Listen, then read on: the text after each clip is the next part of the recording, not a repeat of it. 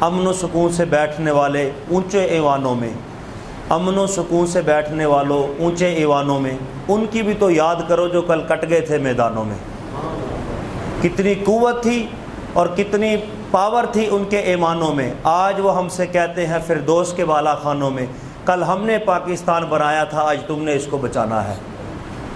کل جو 26ویں رات گزری ہے، 26واں روزہ تھا، رات 27ویں تھی، تو بالکل اسی طرح آج سے 75 سال پیچھے چلے جائے، 26 رمضان المبارک لیلۃ القدر کی رات 27ویں 13 اگست تھا، 13 اگست تھا، رات کے جب 12 بجے ہر آنکھ جو تھی وہ نم تھی، دل مچل رہا تھا، لوگ بے چین تھے کہ کیا فیصلہ ہوگا۔ 13 اگست کے جب رات 27ویں لیلۃ القدر کو 12 بجے تو ریڈیو کے اندر اعلان ہوتا ہے، کیا اعلان ہوتا ہے؟ یہ ریڈیو پاکستان ہے، یعنی مسلمانوں تمہیں خوشخبری ہو، پاکستان آزاد ہو چکا ہے۔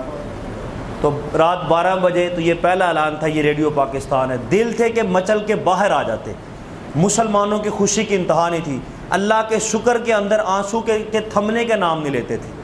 تو یوں 27 رمضان المبارک آج کا دن، آج 27 14 اگست تھا، 14 اگست کو یوم آزادی مناتے ہیں، کبھی ہم نے آج 27ویں رمضان المبارک کو ان کو یاد ہی نہیں کیا۔ 2 کروڑ مسلمانوں نے اپنے گھر چھوڑے اور 20 لاکھ مسلمان شہید ہوئے، پاکستان کی قربانی انہوں نے دی، اپنے خون کے نذرانے پیش کیے، اور 90,000 ہماری مائیں اور بیٹیاں جن کی عزتیں لوٹی گئی۔ کتنی بڑی قربانیاں تھیں۔ گفتگو بہت لمبی ہے، صرف چند منٹ پاکستان کے نام کے حوالے سے۔ اب اللہ تعالیٰ نے کتنی رحمت رکھی ہے پاکستان کے نام کے اندر، کیسی کیسی برکتیں اس نام کے اندر۔ پاکستان، اس کا اگر کسی عربی سے آپ ترجمہ کروائیں، کسی عربی کو کہیں کہ پاکستان کی عربی بناؤ، تو پتہ ہے کتنی بڑی خوش قسمتی ہے ہمارے لیے، کتنی بڑی خوشخبری ہے، سنیں گے تو سینوں میں ٹھنڈ پڑ جائے گی۔ پاکستان کی عربی بنتی ہے مدینہ، اور مدینے کی اگر کسی سے اردو کروائیں، کسی ماہر ڈکشنری والے سے کہ مدینے کی اردو بناؤ، تو مدینے کی اردو بنتی ہے پاکستان۔ تو ہمارے نام کے اندر کتنا فیضان ہے مدینہ شریف کا، پاکستان کے نام کے اندر۔ پاکستان عربی کے اندر اس کا نام مدینہ ہے، اور مدینے کا اردو کے اندر نام پاکستان ہے۔ ایک یہ نسبت ہے، دوسری ہمارے آقا کی نسبت ہے اس نام کو۔ کافر جب نبی پاک صلی اللہ تعالی وسلم کا نام لیتے تھے تو ساتھ وہ پریشان ہو جاتے تھے، ایک طرف تو برائیاں کرتے تھے، مخالفتیں کرتے تھے، برا بلا کہتے تھے، لیکن جب نام لینے کی باری آتی تھی نا، کیونکہ وہ عرب کے ماہر تھے، ان کو ایک ایک معنی پہ عبور حاصل تھا۔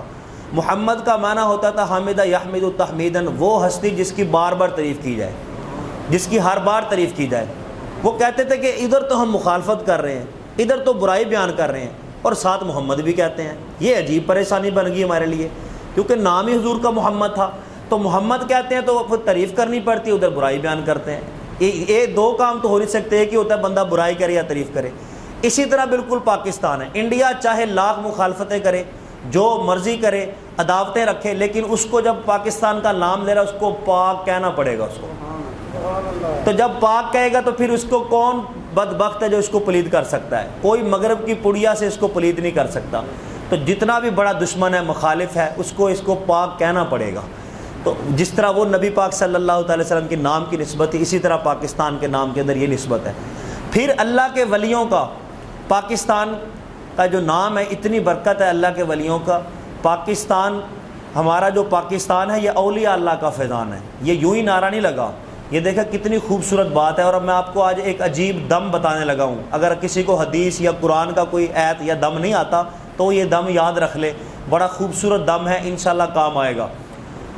اللہ کے جو ولی تھے انہوں نے بڑے شروع سے پاکستان کی کوشش کر دی تھی۔ 1920 کے اندر ایک اللہ کا ولی تھا، اس نے گاندھی کے سامنے نقشہ رکھ دیا تھا، اس نے کہا تھا کہ یوں یوں برے صغیر کی تقسیم کر دو، صوبے دیے تھے، یوں یوں تقسیم کر دو، تم چنگے رہو گے۔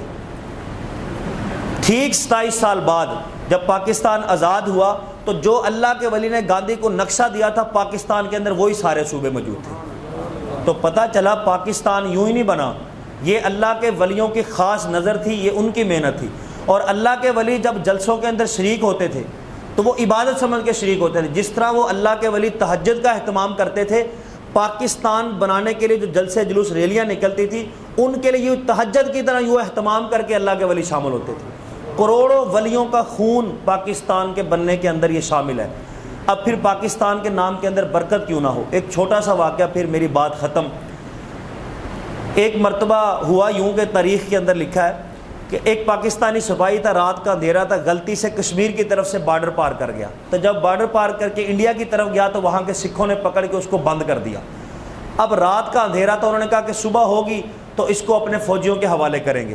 اب وہ ایک گھر کے اندر بند ہو گیا۔ جب آدھی رات گزری تو اس گھر کی جو مائی تھی اس نے کھڑکی کھولی، وہ جس کمرے کے اندر وہ فوجی بند تھا، اس نے کہا کہ تم بہت بے وفا لوگ ہو، ہم نے پاکستان بنایا، تم نے قدر ہی نہیں کی، تم یہاں پہ سمگلنگ کرتے ہو۔ یعنی وہ سمگلر سمجھ رہی تھی اس کو، پاکستانی فوجی کو۔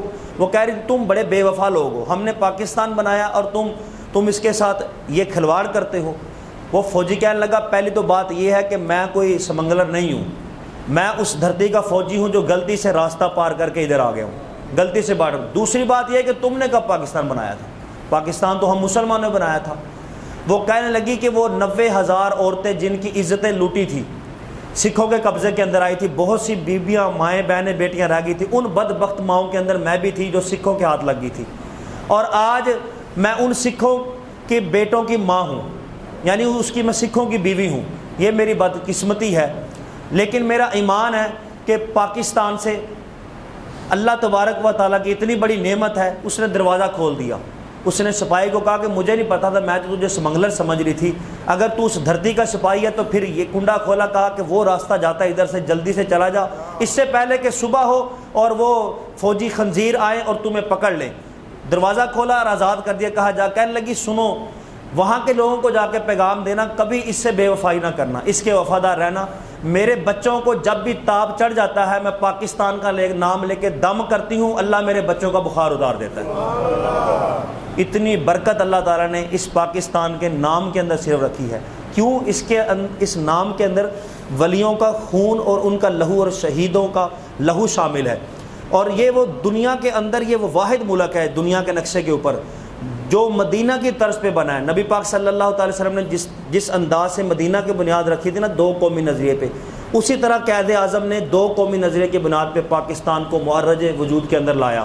تو یہ مدینہ کی طرز کے اندر ہے۔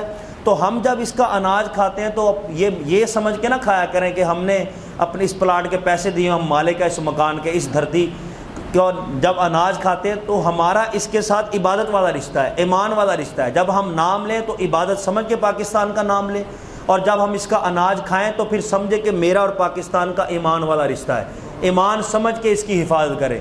اور یہ جو ہمارے پرانے بزرگ بیٹھے ہیں، جو پاکستان جب آزاد ہوا، جب یہ چھوٹے چھوٹے تھے، تو اس وقت یہ بھی ہمارے لیے نشانی ہے، ان کی بھی قدر کریں، پاکستان کی بھی قدر کریں۔ آج سے 15-20 سال بعد پھر ہم دیکھیں گے کوئی ہم میں سے ایسا نہیں ہوگا جس آنکھ نے پاکستان کو دیکھا ہوگا۔ یہ بزرگ ہیں، انہوں نے پاکستان کو دیکھا ہے، تو یہ وہ آنکھیں بیٹھی ہیں، ان کی ہم زیارت کر سکتے ہیں۔ اللہ تعالیٰ کی بارگاہ میں دعا جو ہم نے سنا، اللہ تعالیٰ یاد رکھنے کی توفیق عطا فرمائے۔ تو وہ جو 20 لاکھ مسلمان شہید ہوئے تھے، ان کی روح کو اصالہ ثواب کے لیے ایک مرتبہ فاتحہ خوانی کر دیں تمام دوست۔ اور جس طرح ہم 14 اگست کو یوم آزادی مناتے ہیں، اسی طرح آج بھی 27ویں رمضان کو پاکستان آزاد ہوا تھا، آج بھی یوم آزادی منانا ہے۔ کس طرح میں منانا ہے؟ گھر کے اندر شام کو جو بھی کھانا پکے، دودھ روٹی رکھ کے آگے، یا کوئی اچھا سا کھانا بنا کے ختم پڑھ کے ان پیاروں کی روحوں کو، اپنے بڑوں کو اصالہ ثواب کر دینا ہے۔ یہ آج کی آزادی ہے۔ اللہ تعالیٰ کی بارگاہ میں دعا جو سنا، اللہ تعالیٰ قبول فرمائے۔